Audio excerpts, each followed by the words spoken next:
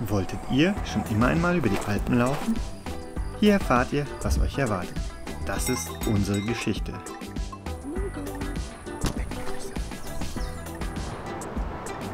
Wir sehen so -2 Grad und wahrscheinlich gibt es Schnee und es wird den ganzen Tag regnen. Demnach, ja, mal gucken. Morgen wird, glaube ich, ein richtig guter Tag. Hallo, also wir sind jetzt zusammen in Meran angekommen mit dem Flixbus hier hinter uns. Und jetzt geht's los! In der Kurstadt Meran führt unser Weg zuerst mal abwärts entlang dem Fluss.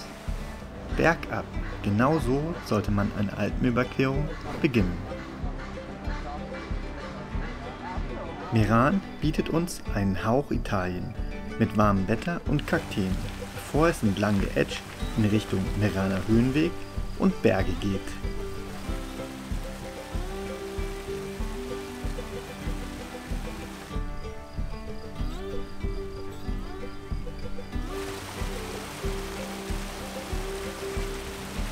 Hallo Leute, wir haben es endlich nach Meran geschafft. Wir sind jetzt hier an so einem Fluss, der ultra wild ist, aber ja, ich hoffe, das Audio hört sich gut an. Es ist super schön hier und heute geht's los mit der Alpenüberquerung. Ich freue mich total und ja, wir haben schon jede Menge Spaß. Das Wetter ist wieder erwartend super geil, also wir hatten eigentlich Regen erwartet und ja, bis zum nächsten Mal oder so ähnlich.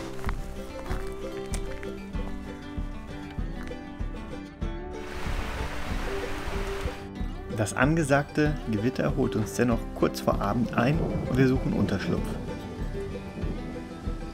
Wir haben jetzt hier so ein richtig cooles kleines Pavillon gefunden mit allen möglichen wilden Weinen und einem Dach.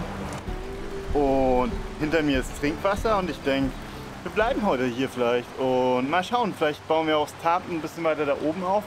Aber wir schauen mal. Ansonsten, hier ist das Trinkwasser noch.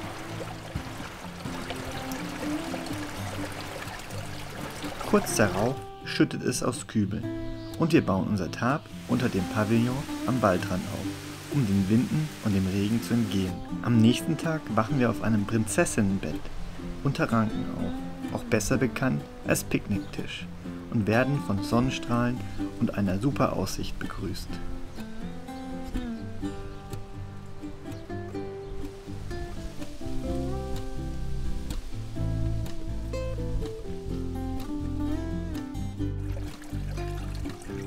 Noch einen kleinen Schluck und es geht los, den Meraner Bergen entgegen.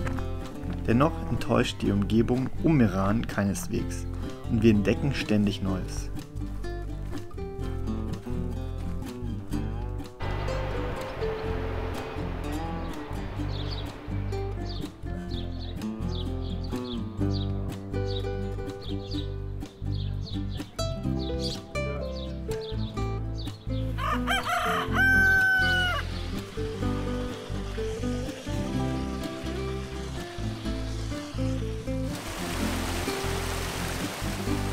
Wir sind schon wieder auf dem Weg nach oben und aus dem Dorf raus. Das Dorf war der Hammer, wirklich schön. Da gab es eine Mühle, eine Kirche und alles Mögliche. Und die Weinberge und Obstbau hier sind richtig cool. Und wir laufen jetzt gerade am Bach und sind hoffentlich bald oben.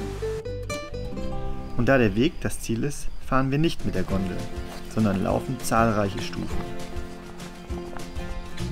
Wir haben es endlich geschafft, den Berg hier hochzulaufen. Es war ziemlich steil.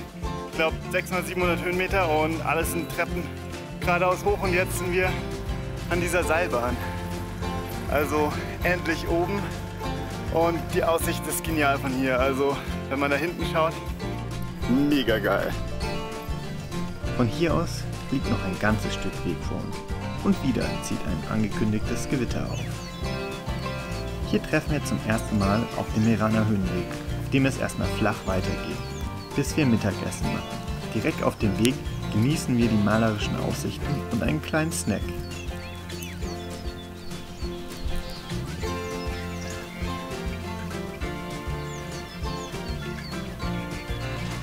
Dann geht es in die 1000-Stufen-Schlucht.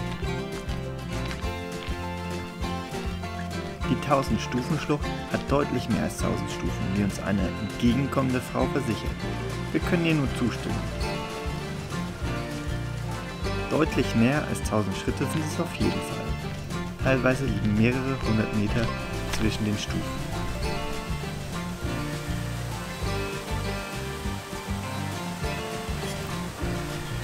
Also ich laufe jetzt gerade auf dieser Brücke hier. Das ist die Hängebrücke, die ist ziemlich cool. Ich bleibe mal kurz stehen, dass ihr es sehen könnt. Und die Seiten sehen magisch aus. Leider wurden wir gerade ein bisschen geduscht, es hat ziemlich geschüttet. Aber jetzt regnet es nicht mehr und wir sind wieder unterwegs.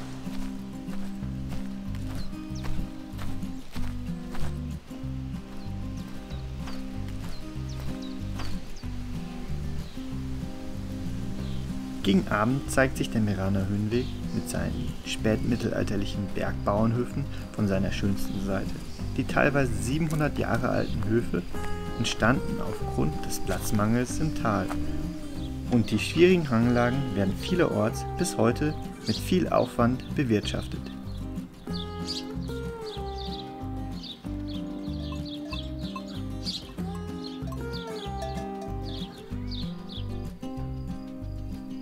Je näher der Sonnenuntergang rückt, desto mehr geraten wir in Panik und sehen uns schon direkt auf dem Weg übernachten. Denn das Gelände ist sehr steil und man kann sich nirgendwo hinlegen, außer auf dem Weg. All unsere Anrufe bei Unterkünften bleiben erfolglos und wir haben nur noch eine Möglichkeit. Es gibt nur noch eine erreichbare Unterkunft, welche auch gleichzeitig eine flache Stelle für das Tab darstellen würde. Wir hoffen, diese noch bei Tageslicht erreichen zu können.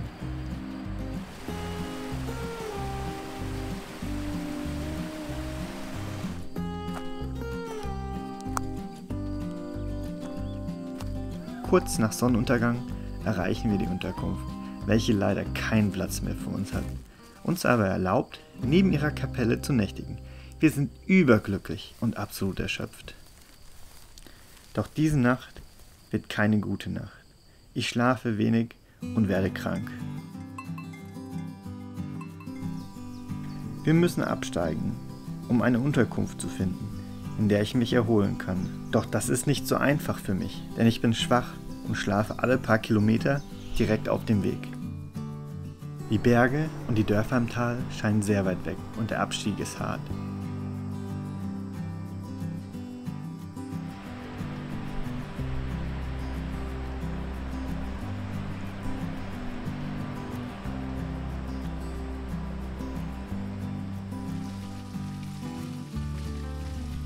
In der Unterkunft angekommen, wird auch Ronja krank. Ist das Aus für unsere Tour? Können wir unseren Zeitplan einhalten? Haben wir zu viel Zeit verloren?